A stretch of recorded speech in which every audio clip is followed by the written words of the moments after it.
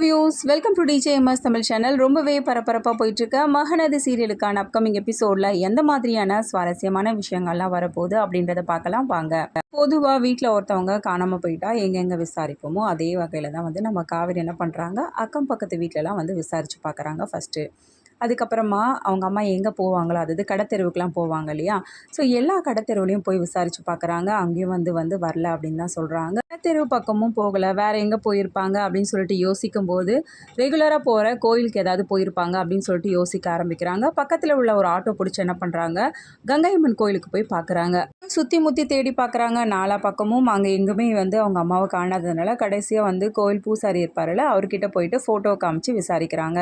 ஃபோட்டோவில் இருக்கவங்க இங்கே வந்திருக்காங்களா, ஏதாவது பார்த்தீங்களா அப்படின்னு சொல்லிட்டு கேட்க, ஏமா இந்த கோயிலுக்கு ரெகுலராக நிறைய பேர் வராங்க, எல்லார் முகத்தையும் வந்து எனக்கு தெரியுமா என்ன அப்படின்ற மாதிரி பூசாரியும் வந்து பதில் சொல்கிறாங்க. அதுக்கப்புறம் அங்கேருந்து என்ன பண்ணுறதுன்னு தெரியாமல் அழுதுகிட்டே வந்து வீட்டுக்கு போயிடுறாங்க. அம்மாவுக்கு பல தடவை வந்து கால் பண்ணி பார்க்குறாங்க. காலும் வந்து அட்டன் பண்ண மாட்றாங்க. என்ன பண்ணுறதுன்னு தெரியாமல் ரொம்பவே தவிச்சு போகிறாங்க. அந்த சமயத்தில் கங்கா யமுனா 2 பேருமே வந்து காவேரிக்கு கால் பண்ணி பேசுகிறாங்க. என்னடி அம்மா வீட்டுக்கு வந்துட்டாங்களா அப்படின்னு சொல்லிட்டு. உடனே வந்து காவேரியும் அழுதுகிட்டே பேச, என்னடி சொல்கிற, அம்மா சொல்கிற காவேரி, அம்மா இன்னும் வீட்டுக்கு வரலையா அப்படின்னு சொல்லிட்டு கேட்க, ஆமாக்கா இன்னும் வரல. சரி அக்கம் பக்கத்தில் என்ன போய் பார்த்தியா, எங்கேயாவது போயிருப்பாங்களான்னு சொல்லிட்டு பார்த்தியா அப்படின்னு சொல்லிட்டு கேட்க, ஆமாக்கா அக்கம் பக்கத்துலேயும் வந்து விசாரிச்சிட்டேன். அம்மா வந்து ரெகுலராக போவாங்க இல்லையா கடத்தெருவுக்கு, அந்த இடங்களையும் போய் பார்த்துட்டேன், அங்கேயும் வரல அப்படின்னு தான் சொல்கிறாங்க.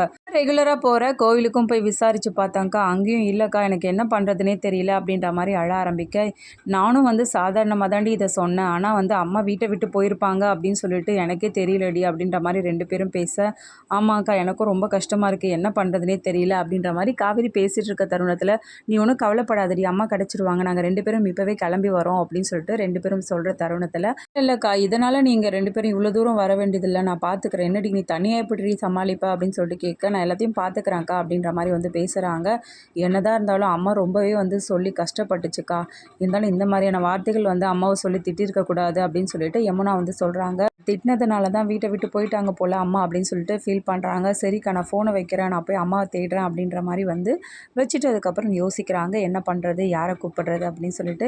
ஒருவேளை விஜய் சாரை வந்து கூப்பிடலாமா அப்படின்னு சொல்லிட்டு யோசிச்சுக்கிட்டு அதுக்கப்புறம் வந்து கால் பண்ணி பேசுகிறாங்க.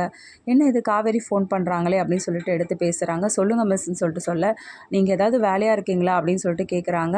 இல்லை இப்போ தான் ஒரு வேலை இருந்தது, அது முடிச்சுட்டு நான் வீட்டுக்கு போயிட்டுருக்கேன் அப்படின்னு சொல்லிட்டு விஜயும் சொல்ல, உடனே அழ ஆரம்பிக்கிறாங்க.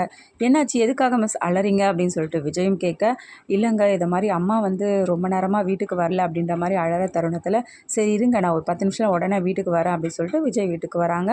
மிஸ் அப்படின்னு சொல்லிட்டு காவேரியை பார்த்து கேட்க, நடந்த விஷயங்களை பற்றி வந்து சொல்லிட்டு இருக்காங்க.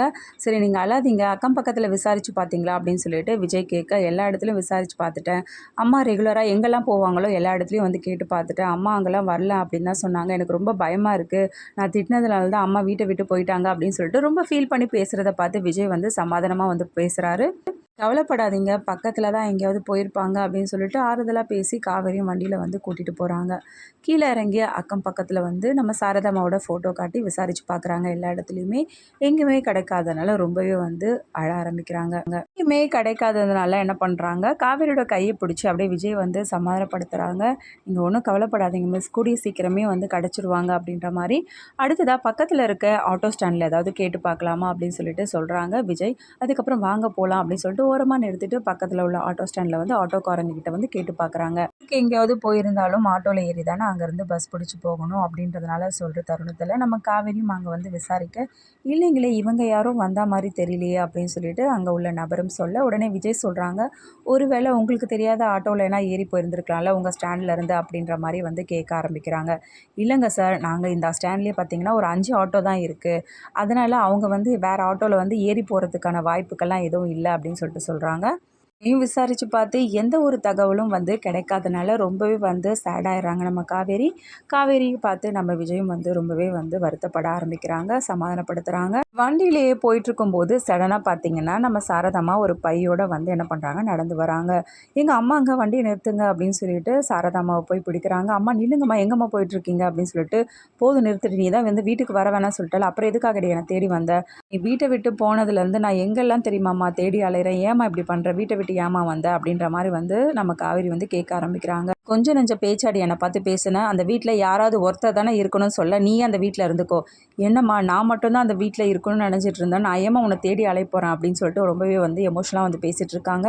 நீ போயிட்டுருக்க அப்படின்னு சொல்லிட்டு காவேரி கேட்க, எனக்கு என்ன இடமா இல்லை போய் தங்குறதுக்கு அப்படின்ற மாதிரி ரொம்பவே கோவத்தோட சாரதாமாவும் பேச, வாமா நம்ம உடனே வீட்டுக்கு போகலாம் அப்படின்னு சொல்லிட்டு காவேரி கூப்பிட, என்னால் வர முடியாதுடி நீ அந்த வீட்டில் இருந்துக்கோ அப்படின்னு சொல்லிட்டு பிடிவாதமாக வந்து நம்ம சாரதாமா பேச, ஆமா நான் திட்டினதுனால தான் இவ்வளோ கோவமாக இருக்கே அப்படின்னு சொல்லிட்டு காவேரி கேட்க, ஆமாண்டி அது கூட தெரியாதா உனக்கு?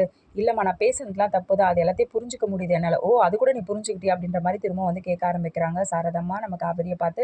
என் புருஷ கட்டின வீடு வந்து கொடைக்கானலில் இருக்குது, அங்கேயே போய் நான் இருக்கேன், எனக்கு யாரும் தேவையில்லை அப்படின்ற மாதிரி வந்து வீராப்பா வந்து பேச ஆரம்பிக்கிறாங்க. பொண்ணோட வாழ்க்கை நல்லா இருக்கணும், அவளோட வாழ்க்கை நல்லபடியாக அமையணும்னு சொல்லிட்டு தாண்டி நான் நினைப்பேன். அப்படியே ஏதாவது சொல்லிட்டாலும் கோவத்தில் இப்படி திட்டுறதா என்ன அப்படின்ற மாதிரி வந்து கேள்வி மேலே கேள்வி கேட்க ஆரம்பிக்கிறாங்க நம்ம சாரதாம்மா. சும்மா வாமா என் கூட அப்படின்னு சொல்லிட்டு நம்ம காவேரியும் கேட்க, அதுக்கப்புறம் விஜயும் வந்து பேச ஆரம்பிக்கிறாங்க. இவ்வளோ தூரம் தான் சொல்கிறாங்கல்ல வீட்டுக்கு வரலாம் இல்லை அப்படின்னு சொல்லிட்டு நம்ம சாரதாம்மா பார்த்து கேட்குறாங்க. அதுக்கப்புறம் ஒரு வழியாக பார்த்தீங்கன்னா இப்படியே வந்து வண்டியில் வந்து ஏற ஆரம்பிக்கிறாங்க சாரதாம்மா. போன சாரதாம்மா பார்த்த காவேரி, ஏதோ கோவத்தில் 4 வார்த்தை திட்டிட்டேன், நீ வீட்டை விட்டு வெளில போயிடுவே அப்படின்னு சொல்லிட்டு காவேரியும் கேட்க, எனக்கு கோவத்தில் 4 வார்த்தை திட்டினியா, நீ என்னென்ன பேசணும்னு சொல்லிட்டு தெரிஞ்சுதான் பேசுறியாடி அப்படின்னு சொல்லிட்டு சாரதாம்மா பேச, விடுமா நீ பண்ணது மட்டும் சரியா, நீ என்னை பற்றி எப்படிலாம் வந்து பேசி வச்சிருக்க அந்த ஆள்கிட்ட, அப்போ எனக்கும் வந்து கஷ்டமாக இருக்காதா அப்படின்ற மாதிரி வந்து ஃபீல் பண்ணி சொல்கிறாங்க. அப்புறமா காவேரியோட மனசை வந்து நம்ம சாரதாம்மா புரிஞ்சுக்கிறாங்களா, இல்லை சாரதாவுடைய மனசை வந்து காவேரி புரிஞ்சுக்கிட்டு விஜய் வந்து கல்யாணம் பண்ணிக்க வந்து சம்மதிக்கிறாங்களா, இது எல்லாமே தெரிஞ்சுக்கலாங்க. அதுக்கு மறக்காம நம்மளோட சேனலை வந்து சப்ஸ்கிரைப் பண்ணிக்கோங்க. கூடவே இருக்க அந்த பெல் ஐக்கான் கிளிக் பண்ணிடுங்க. அப்போ தான் நான் போகிற அடுத்தடுத்த வீடியோஸ் உங்களுக்கு நோட்டிஃபிகேஷனில் வரும். ஓகே வியூவர்ஸ், தேங்க்ஸ் ஃபார் வாட்சிங் திஸ் வீடியோ.